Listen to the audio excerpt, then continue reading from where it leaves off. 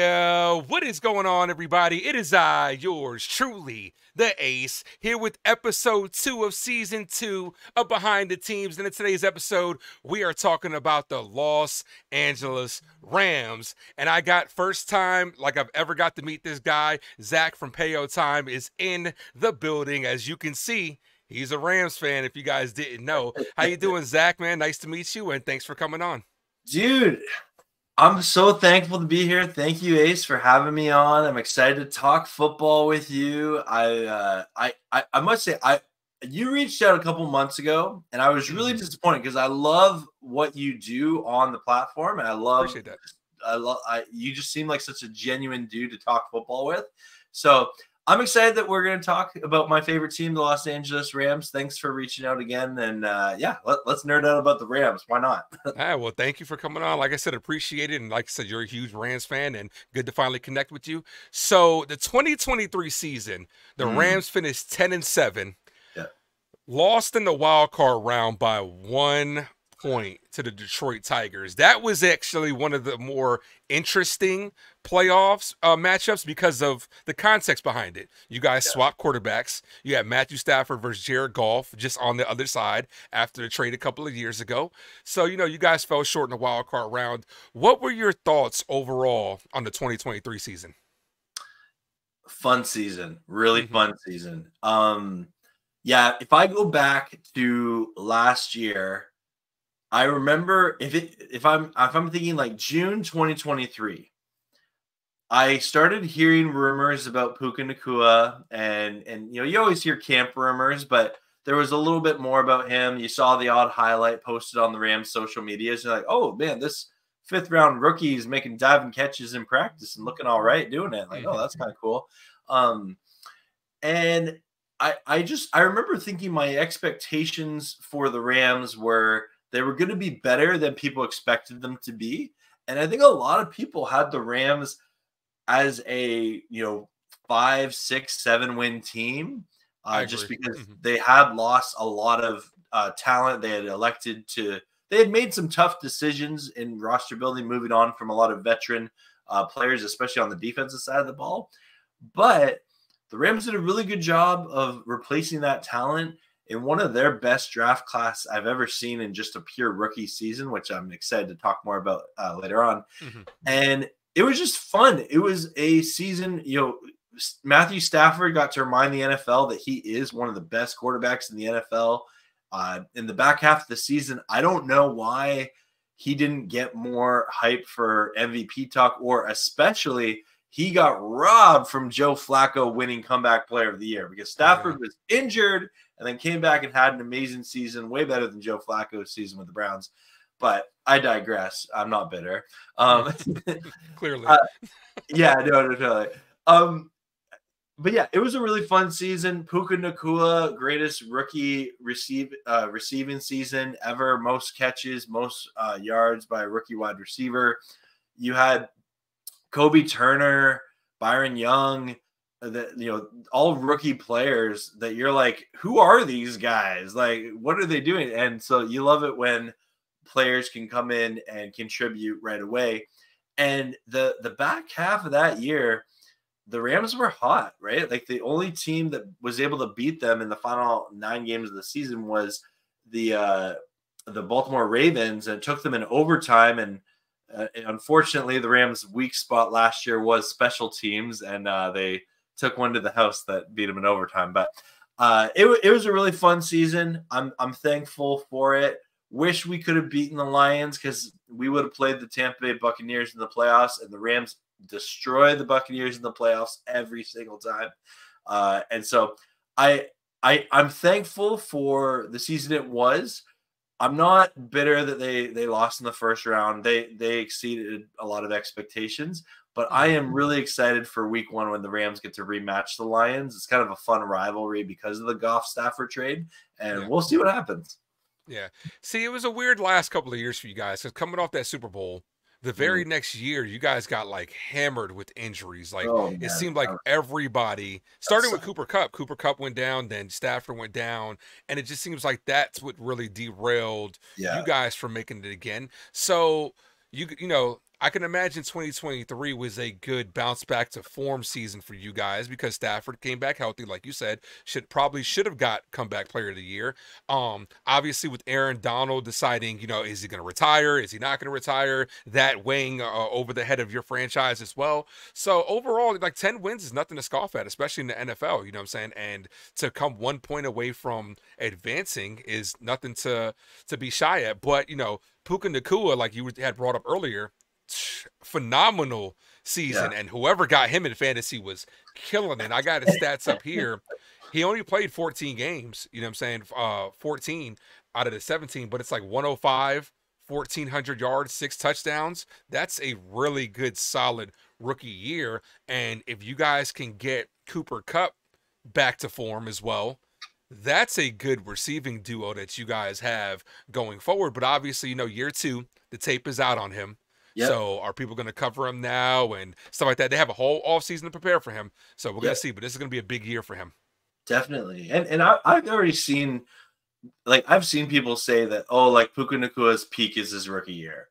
I disagree. I really think that he's going to prove a lot of those haters wrong. I think he's going to have a productive career as a wide receiver. And Cooper Kupp and him have been training in the offseason. I know even now they elected to stay in LA and they're training together privately in preparation for the season. And you can tell they're locked in. They know the goal is win the Super Bowl, and they're training to do that. Yeah, especially the NFC isn't as strong as the AFC. So anybody could possibly make it out of the NFC if they get hot at the right time. And you just never know. Especially, last year's first round was crazy. All the good teams got bounced in the first round, so you just never know who could have made it. Like Eagles got bounced in the first round, Dallas too. It's like, you really truly never know. And the Lions are actually emerging as a consistent. They got a good product that they're putting over there. That's a good team they built. Right. Exactly. So, who knows, you know what I'm saying? But, the Lions are always the lovable losers and stuff like that. Who knows what would happen? So after, you guys got eliminated, going into the 2024 offseason, what do you feel like was the Rams' biggest need going into the offseason? And did you feel like they addressed it via the draft and via free agency? Yeah. So if you were to ask me at the very end of the season, at kind of the start of free agency, what was the Rams' biggest need? I would say secondary was my biggest concern, followed closely behind edge, getting a bona fide edge rusher. And there are some Ram fans that would probably swap that and things like that. But I myself, I was concerned. The Rams have struggled the past number of years to generate turnovers. And last year, there were times that this Rams secondary got burned. That being said, the Rams did some really interesting free agent moves. They brought in Tre'Davious White, which is a great move in my opinion. Like you talking about the secondary help, Tre'Davious White will fix that problem. Well, and the main knock on him is injuries, but they brought him in for kind of a 1-year prove-it deal. I like that signing a lot. I think it could work out well. But then they re-signed Darius Williams, who was really good for the Jaguars last year. He's formerly been good with the Rams, so excited to have him back in the fix. They also brought in the safety Cam Curl from Washington, which might be the underrated free agent signing of the year. Really, if you look at that Washington team last year, that they had a lame duck coach. It was a team that was dejected.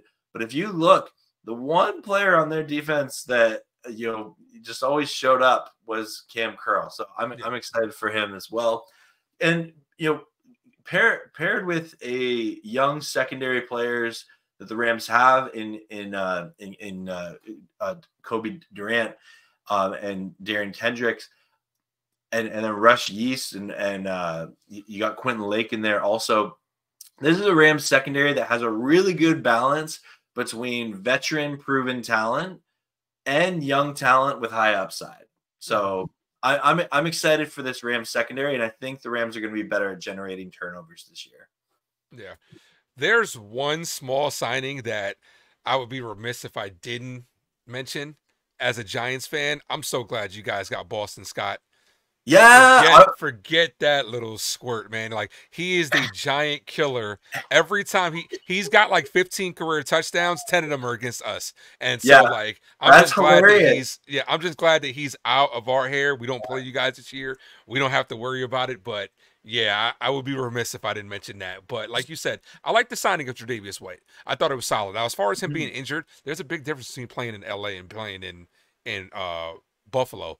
It's cold up there, but now you're playing in the warm sunshine of LA, so you just never know. The muscles might stretch out a little bit more, and you might not get as injured.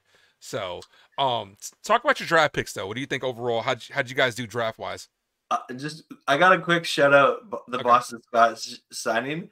I that surprised me when that happened. I am concerned. Like, I do kind of think he's going to be more involved in special teams than at the running back position, but I like the signing by the Rams, and I'm glad that we could take him, out of your division for you. Yeah, and it's possible too, third and longs too, because he's a solid pass catching back from that situation. So you just never know. You know what I'm saying when it comes to that. So draft wise, how'd you think you guys did draft wise? Because later pick, but you can still get things done with the right moves and the right scouting department. Hey, later pick, but the first round pick the Rams have had since 2016. Oh yeah, when the Rams took Jared Goff, the first pick that Sean McVay has ever gotten to make in his time as a NFL head coach, which is crazy to think about. And I was on another live stream talking about this. The Rams used it to draft an edge rusher, right? Yep. With 19th. Yep. Yep.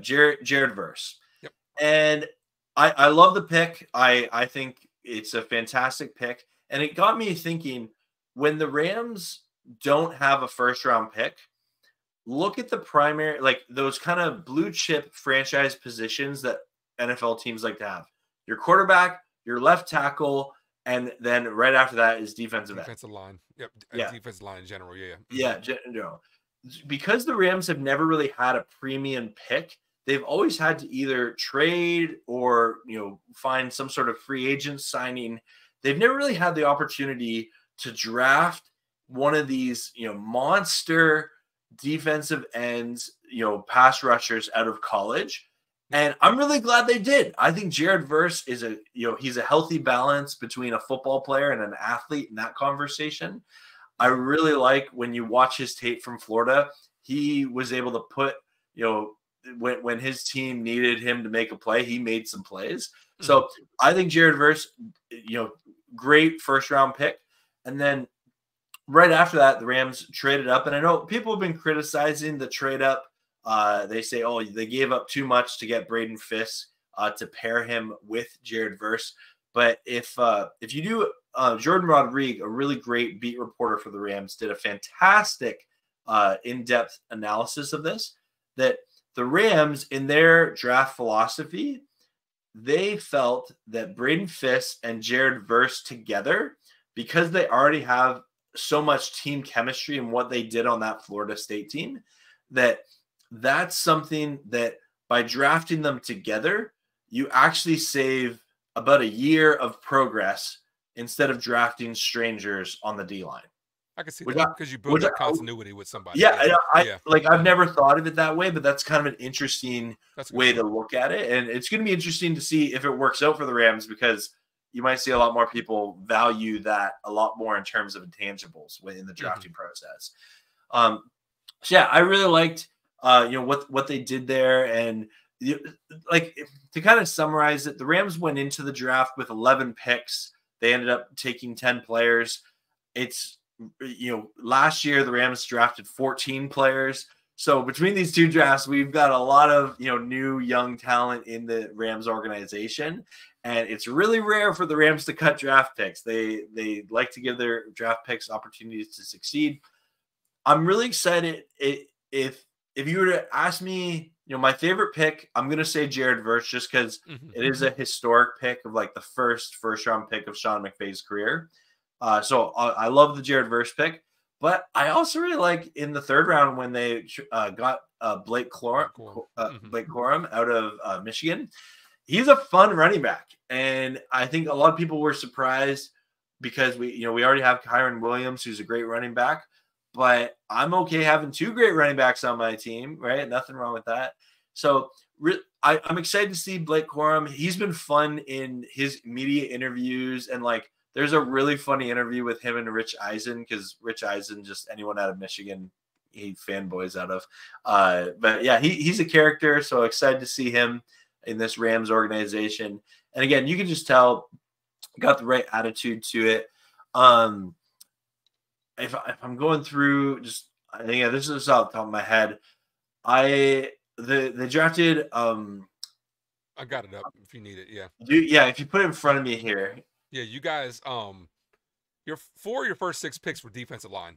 Yeah. Verse, Fisk, Corum, Cameron, Kitchens. Kitchens, Kitchens. Love Kitchens. Yep. Oh, he's a beast. Brendan Jackson, Tyler Davis. You guys definitely went heavily defense this year, and then you added a kicker, Cardi, and then Jordan Whittington. Yes, that's what I was going to say next. Yes. Yeah.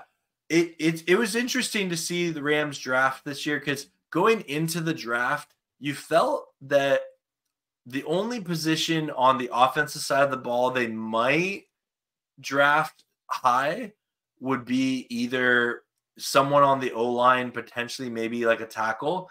But the Rams, with the way they took this draft, they clearly were like, nope, we're happy with our O-line. We made some moves in free agency to address that. We're going defensive side of the ball heavy, because there is, opportunity for young players to earn their starting spot and potentially hang on to a starting spot on this defense. So I think any of these young players that got drafted, they went to a good situation, because obviously Aaron Donald retiring, that's a huge, huge loss for the Rams. Mm-hmm. And so the Rams, this is kind of a transition year for their defense, with, getting Aaron Donald retiring, plus Chris Shula being promoted to defensive coordinator. I expect this Rams scheme to look a lot different next year.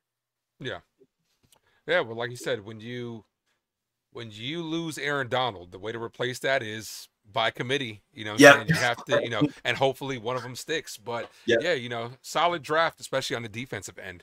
So, so out of all the players on the Rams roster for the 2024 season, give me your breakout player. Who needs to have that type of season for the Rams to be successful this year? There's a lot that I could say here, but I'm going to go with Byron Young. Byron Young? He had a great first. He was a rookie last year. He was 24 years young last year. So he was drafted a little bit older, but had a great year at Tennessee. And then last year he had about 8.5 sacks in his rookie year, but was very involved. But in the first pictures I saw of him like a month ago, this guy is beefed up. And Sean McVay will talk about him in. I was just listening to a press conference, or not press, an interview today on the Green Light podcast with Chris Long, and Sean McVay talked about Byron Young. Byron Young, he is poised for a breakout year next year. I think if I were an offensive lineman and I was looking at last year's take of Byron Young, I'd be like, okay, like I can maybe take this kid. Like, okay, cool. And then I actually saw him on game day this year. I'd be like, well, like, can we get a urine sample? Like, what is going on with this guy, right? Because he's jacked, man. He is really, you can tell he's been in the weight room. He's definitely committed to his craft. And I'm excited. It's always fun seeing that from young defensive linemen when they go from just like their college techniques and they really perfect kind of their hand movements and their different swim moves and their spins and things like that. So I expect Byron Young to have a very good year next year. Yeah. Offensive lineman is one of the harder positions in the NFL, to be honest with you. Like I talk about this all the time. Cornerback, when I say DB, because sometimes, with my accent, it sounds like quarterback. Corner and linemen are two of the hardest positions because you could be dominating your opponent that's in front of you the whole game, but you give up one big time and it can cost your team huge. Yeah. So it's definitely one of them. I'm going to say breakout player for you guys needs to be Puka. He needs to have a good solid year too, because then it takes the pressure off Cooper Kupp as well. And who are you really going to double out there? You know what I'm saying? Like, with Higbee out there as well, who are you really going to try to double? You can't, because obviously Cooper Kupp's going to get 2-3 sets of eyes on him.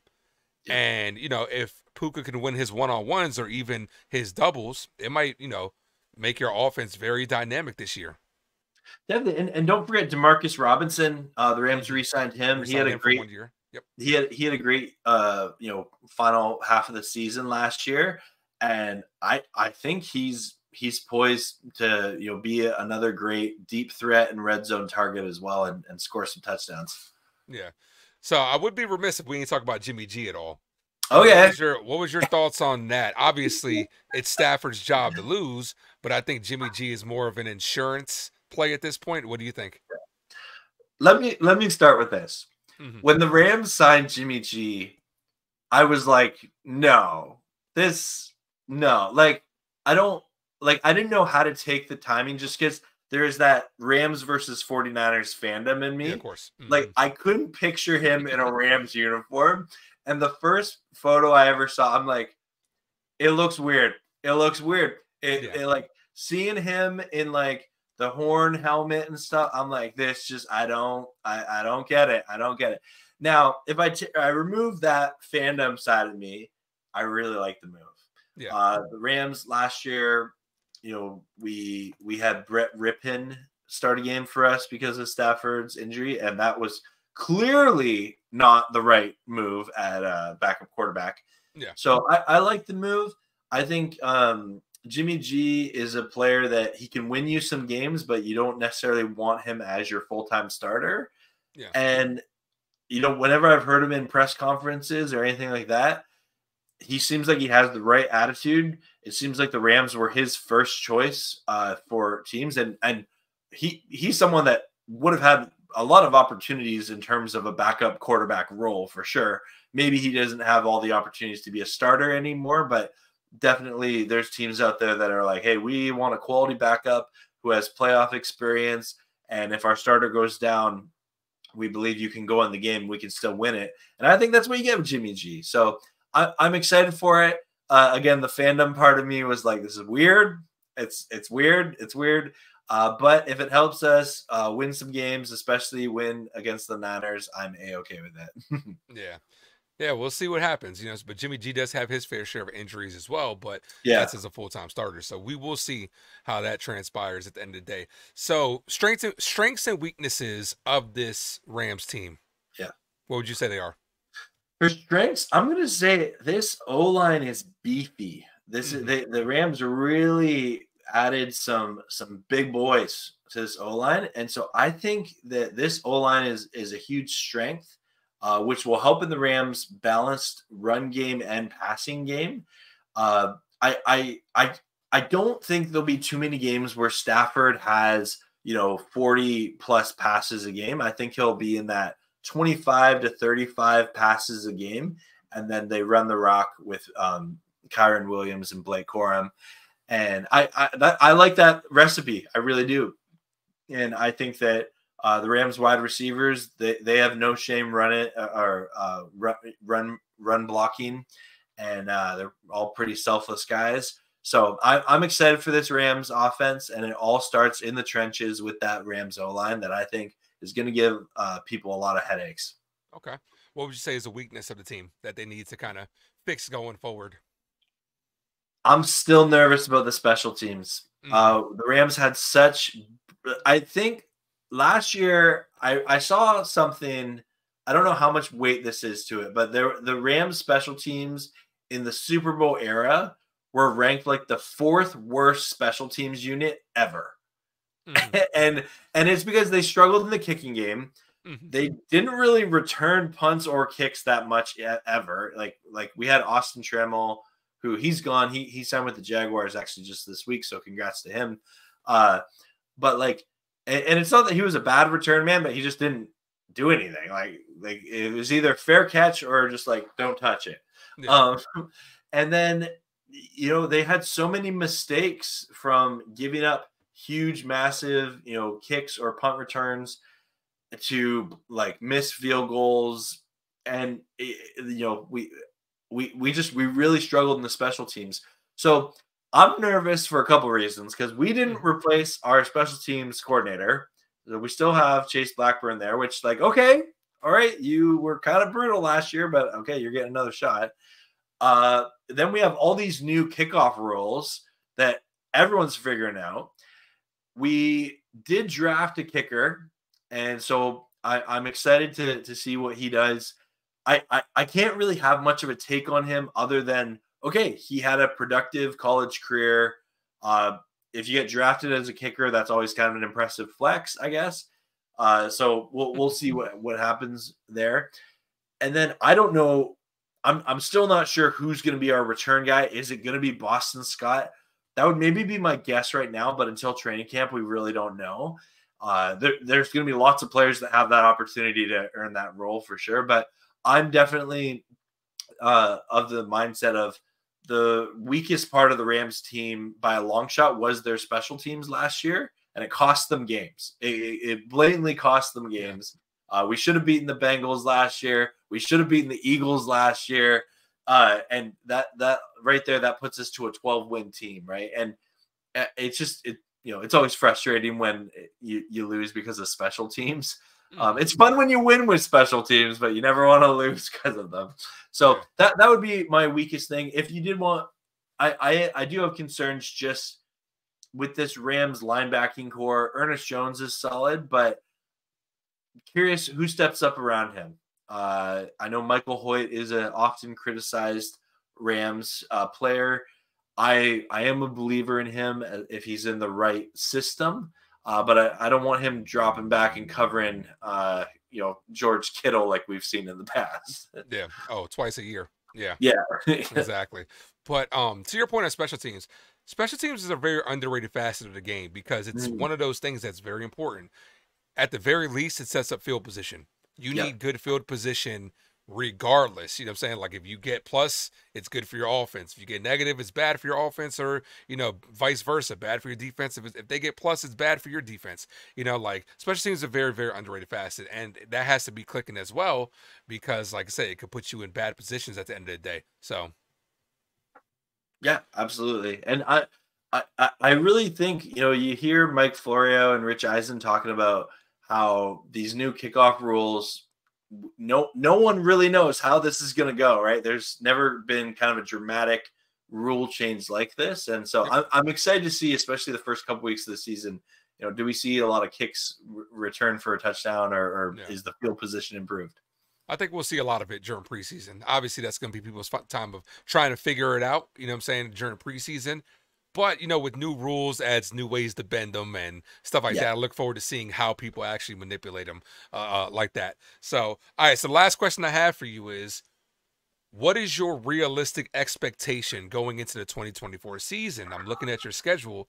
You guys are number 12 in strength of schedule. So it's kind of, right just outside the top 10, kind of right in the middle. What is your expectation?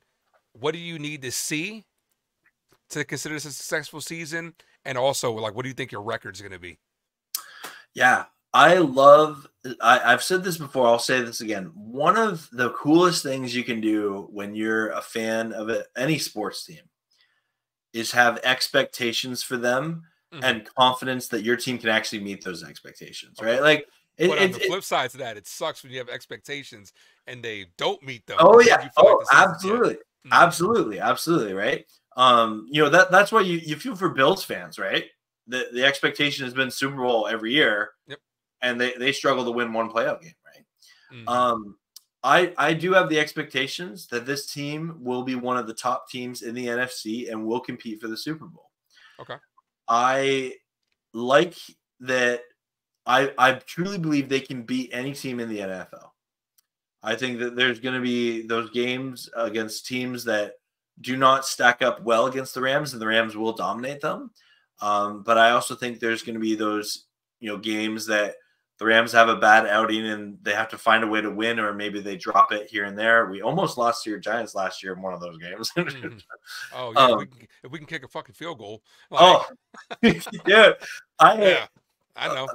That Giants game was a heart attack for me on so many levels. But anyway, I'm glad the Rams pulled out. But so I think there's things like that.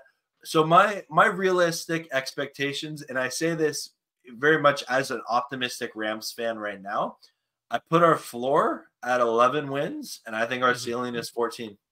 Okay. Yeah. Got you. So I'm gonna be putting Super Bowl contender and a question mark on the Yeah. thumbnail. Oh So, yeah, you know, man. so we'll see what happens. But Yeah.